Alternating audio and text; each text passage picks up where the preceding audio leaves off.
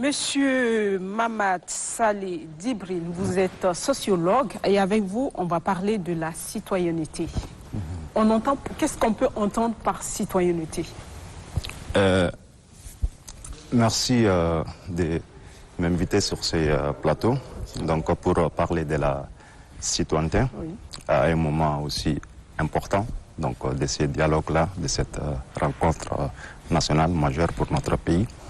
La citoyenneté, c'est tout ce qui est lié au devoir, au profil du citoyen.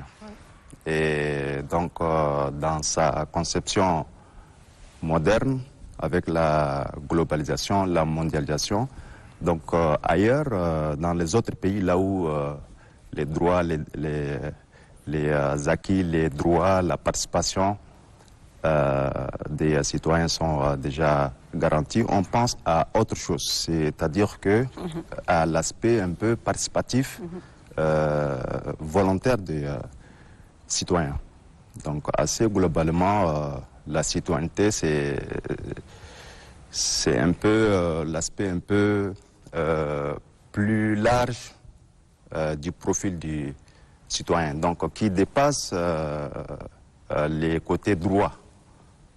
C'est-à-dire que... C'est-à-dire, moi je n'ai pas compris, qui dépasse le... Le devoir les citoyens, pas compris. C'est ce qu'un citoyen doit faire, parce qu'il a l'obligation de faire. Généralement, on définit les citoyens par ses devoirs et ses droits. Tout à fait. Et quand on dit la citoyenneté, c'est assez global. C'est assez global. Donc, dans ce monde assez mondialisé, comme je l'ai dit ailleurs, donc même les États là où les gens, ils ont un peu parachevé la construction nationale, tout ça, les gens, ils ont des droits, des devoirs et tout ça. On parle de la citoyenneté, c'est-à-dire que la participation du citoyen. Donc, le sens des responsabilités. Et donc, assez globalement, c'est tout ce qui revient à faire du citoyen un acteur responsable. Donc, c'est un concept également qui est repris même par le monde économique. Par exemple, parfois, pour être assez attractif, même certaines sociétés, certains grands groupes disent banque citoyenne, tout ça. Donc, c'est-à-dire l'individu en tant que citoyen, par le concept de la citoyenneté, donc, il est placé dans le sens de sa responsabilité, de la solidarité, du volontariat assez globalement. Mais comment on peut situer, je vais dire, la citoyenneté dans le cadre sociologique? Comment on peut entendre? Bon, dans le cadre sociologique, la citoyenneté, comme je venais de le dire, pour la définition du citoyen, donc les droits, les devoirs, l'appartenance à une communauté et puis la ferme adhésion et allégeance à tout ce qui est norme, hein, et puis participation pour œuvrer dans le sens du développement du bien commun. Hein.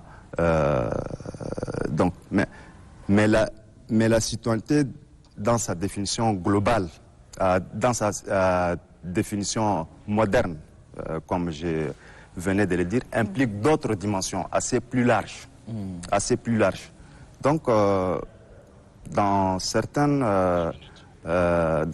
pays assez avancés, assez maîtrisés par rapport à leur construction nationale, j'utilise souvent ce terme de construction nationale, c'est-à-dire que ceux qui ont pu maîtriser tout ce qui est droit, devoir des citoyens, on court derrière les citoyens pour qu'ils viennent s'intéresser à la politique. Donc il y a des phénomènes d'abstention. Il y a des phénomènes de rejet des élites. Et donc, dans certains pays qui ont parachevé historiquement leur construction nationale, la démocratie et tout, on court derrière les citoyens pour les rendre plus actifs et plus participatif, volontaire par rapport à la participation nationale et souvent globale dans les cadres des villes. C'est quoi la différence entre citoyenneté et on te dit il faut être nationaliste? Quelqu'un te dit sois nationaliste. Bon, nationaliste, ça c'est par rapport à des sentiments d'appartenance communautaire. À une nation. Et voilà, c'est exclusif par rapport aux autres pays, quoi. Ouais. Mais la citoyenneté, c'est plutôt assez local. C'est-à-dire que là où tu es, tu deviens sensible. Hein, tu deviens sensible à la bonne marche des choses, au respect des normes, des mœurs. Le nationalisme aussi, non? Oui, bien sûr, mais le sentiment, il est exclusif. C'est-à-dire que, bon, relativement, on rejette les autres. Voilà. Ah, pour le par le nationalisme, c'est ça? Oui. On rejette l'autre. Par contre... Bon, relativement. Relativement. Voilà. Mais est-ce que c'est mauvais d'être nationaliste? Est-ce que c'est pas bien, entre guillemets, moi je veux dire? Non, pas en tant que tel. Oui. Et puis après, ça dépendra, parce que ça dépendra de l'adhésion de chacun, hein, par rapport à des idéologies et tout. Donc certains, ils voient les nationalismes dans les contextes où les gens ils cherchent des intégrations continentales et tout, comme des replis identitaires. Hein. Et c'est pourquoi souvent dans la représentation sociale, le patriotisme il est encore beaucoup plus considéré que le nationalisme. Ouais. D'accord. Alors, en un mot, parce qu'à vous entendre parler, surtout au début, vous avez parlé de... C'est une occasion idoine parce que nous parlons de l'autre côté du dialogue national inclusif, donc il faut vraiment être citoyen. Alors, qu'est-ce qu'un bon citoyen doit faire, surtout au moment de ce grand rendez-vous, au moment où les autres sont de l'autre côté en train de parler, d'écrire une nouvelle page de l'histoire du pays? Alors, là, vous m'adressez une question, et donc je vais également répondre en tant que citoyen. Voilà, un bon citoyen, voilà. Qu'est-ce qu'il doit faire En tant que citoyen. Donc, le contexte du Tchad, il est assez particulier. Et donc, on peut considérer la crise de la citoyenneté, ça nous concerne aussi, c'est un phénomène mondial, global. Hein. Donc, comme je venais de l'expliquer, là où les gens ils ont un peu maîtrisé leur construction nationale, donc ils ont également un problème, une sorte de crise de citoyenneté. Et donc, leurs pouvoirs publics mettent des programmes, des actions en œuvre pour, maîtriser ça. Donc, à travers des actions, l'école, etc. Et tout ça. Monsieur Mamad Salih, pour les contextes, oui, voilà, pour les contextes du Tchad, pour le contexte du Tchad, et par rapport, au contexte particulier du dialogue, moi je pense que la citoyenneté, être un bon citoyen, c'est d'abord être responsable. Responsable, c'est quoi?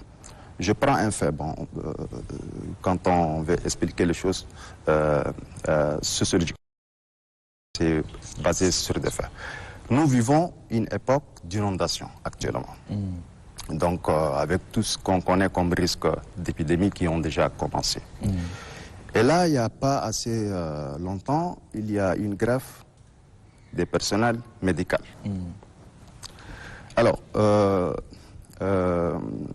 cela dépasse les cadres des dialogues sociaux, les